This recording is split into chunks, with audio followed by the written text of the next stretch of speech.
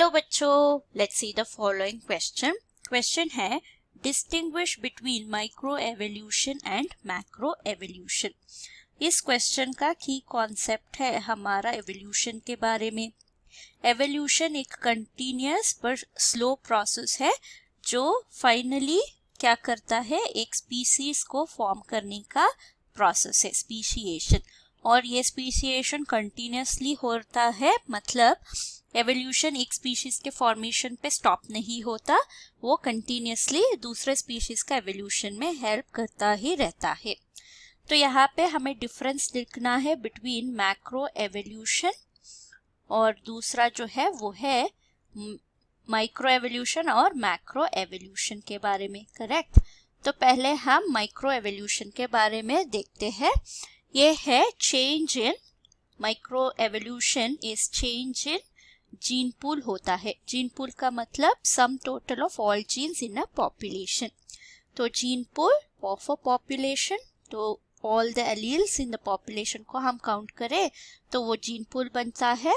सो इसमें जो चेंजेस आते हैं from one generation to another, तो ये बहुत ही माइक्रो लेवल में यानी बिटवीन टू जनरेशन्स के बारे में बात कर रहा है। पर मैक्रो एवोल्यूशन बिटवीन जनरेशन्स के बारे में बात नहीं करता, ये पैटर्न के बारे में बात करता है। Involves the pattern of evolution. क्या ये पैटर्न कुछ एलील्स की फेवर में डेवलप हो रहा है या अगेंस्ट में, तो ये ट्रेंड जो है वो हमारा मैक्रो एवोल्यूशन के बात होती है। So involves the pattern of evolutionary changes over large time span। ये sometimes hundreds of years हो सकता है, thousands of years भी हो सकता है, millions of years भी हो सकता है।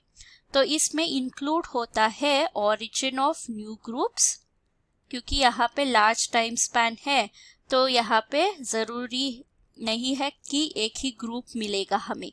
तो यहाँ पे ओरिजिन ऑफ न्यू स्पीशीज भी दिख सकता है और मास एक्सटिंक्शन भी हम देख सकते हैं।